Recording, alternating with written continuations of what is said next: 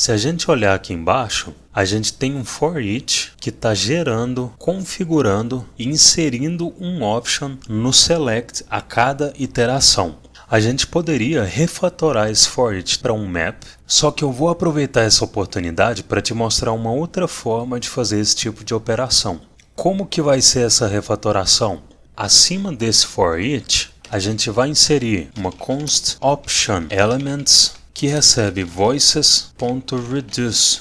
E o nosso objetivo vai ser gerar uma string com todas as tags option que a gente precisa inserir dentro do select. E a gente vai usar o reduce para fazer isso. O que é o reduce? Da mesma forma que o método map e o método filter, o reduce também recebe uma função por argumento e executa essa função para cada item do array que está sendo iterado. Quando que você vai usar o reduce? Quando você precisar reduzir, transformar o array em algum tipo de dado, que pode ser um objeto literal, uma string, um número ou até mesmo outro array.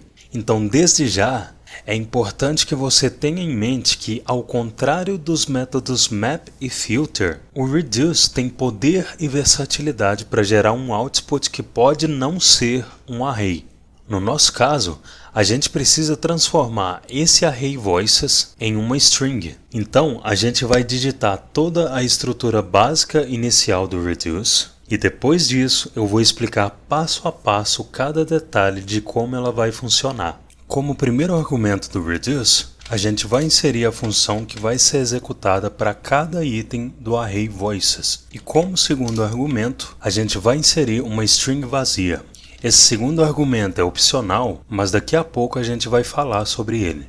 Essa função vai receber os parâmetros accumulator e o parâmetro voice, que representa cada objeto desse array voices. E essa função também pode receber mais dois parâmetros, que são o index e o array. Mas, como a gente não vai usar eles, a gente só vai deixar especificados os parâmetros accumulator e voice. E agora, dentro dessa função, a gente vai fazer o accumulator receber o valor que ele já tem concatenado a uma template string com a abertura e o fechamento de uma tag option. E dentro dessa tag, a gente vai inserir uma interpolação da voice.name e na linha abaixo, a gente vai retornar o accumulator. Então, return accumulator. Eu vou comentar esse for each aqui abaixo e vou explicar exatamente o que o reduce vai fazer. É o seguinte, essa função vai ser executada para cada item do array voices. Na primeira vez que essa função foi executada, esse parâmetro accumulator recebe o valor que foi passado como segundo argumento do reduce, que é essa string vazia, e esse parâmetro voice recebe o primeiro item do array voices, que é um objeto que contém a propriedade name. Nessa primeira execução da função, o accumulator vai receber o valor que ele já tem concatenado a essa string. Ou seja, como nessa primeira execução da função, o accumulator está armazenando essa string vazia, o accumulator vai receber o resultado da concatenação da string vazia com essa template string. E depois disso, o valor que esse return está retornando vai ser atribuído implicitamente para esse parâmetro accumulator. A função vai ser executada pela segunda vez. Esse parâmetro accumulator armazena o valor que a função retornou na execução passada, que é uma string com uma tag option, e esse parâmetro voice armazena o segundo item do array voices. Nessa linha, o accumulator vai receber o resultado da concatenação da string que ele já armazena com essa template string. Depois que o accumulator recebeu o resultado dessa concatenação, nessa linha, o valor que esse return está retornando vai ser atribuído implicitamente para esse parâmetro accumulator e a função vai ser executada pela terceira vez. E essas execuções vão se repetir até que a função seja executada para todos os itens do array. Quando essa função for executada para o último item do array, esse return vai retornar o accumulator que está armazenando a string cheia de options e toda essa expressão vai resultar nessa string. Se aqui abaixo a gente inserir um console.log que recebe option elements e salvar, a gente vê no console a nossa string com as tag option, em que cada option contém o nome da voz.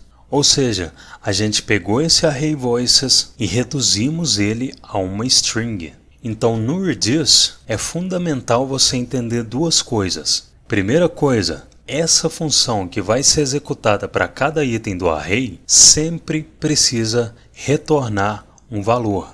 E segunda coisa, cada vez que esse valor é retornado, o parâmetro accumulator recebe esse valor. Roger, e essa string vazia aqui serviu só para ser o valor do accumulator na primeira vez que a função foi executada? Exatamente. Depois da primeira execução da função, esquece que esse valor passado nesse argumento existe, porque ele foi só um valor inicial, um ponto de partida. Só que é uma boa prática você especificar esse valor inicial, porque quando você especifica ele, você tem uma representação explícita, visual, do tipo de dado que o reduce vai retornar quando a execução dele for finalizada, que nesse caso foi uma string. Se esse valor não fosse especificado, na primeira vez que a função fosse executada, esse parâmetro accumulator corresponderia ao primeiro item do array e esse parâmetro voice corresponderia ao segundo item do array. Então agora que a gente viu como o reduce funciona, a gente precisa fazer essa mesma configuração aqui de baixo nos options que a gente está gerando dentro do reduce. Então a gente pode copiar esse destructuring e colar ele no lugar desse parâmetro voice. Vamos remover esse voice ponto daqui. Vamos inserir um atributo value no option que recebe uma interpolação da name. Dentro do option a gente vai inserir essas duas interpolações e o pipe. E agora, para inserir esses options na tela, ao invés de usar o append child como a gente estava usando aqui embaixo, a gente pode remover esse console.log daqui e através da propriedade innerHTML, a gente vai fazer com que o conteúdo HTML do select seja essa string de options que a gente gerou aqui em cima. Então select element.innerHTML recebe options elements. Se a gente salvar e clicar no select, a gente vê a listagem de vozes e se a gente inspecionar esse select, a gente vê os options que a gente gerou inseridos dentro dele.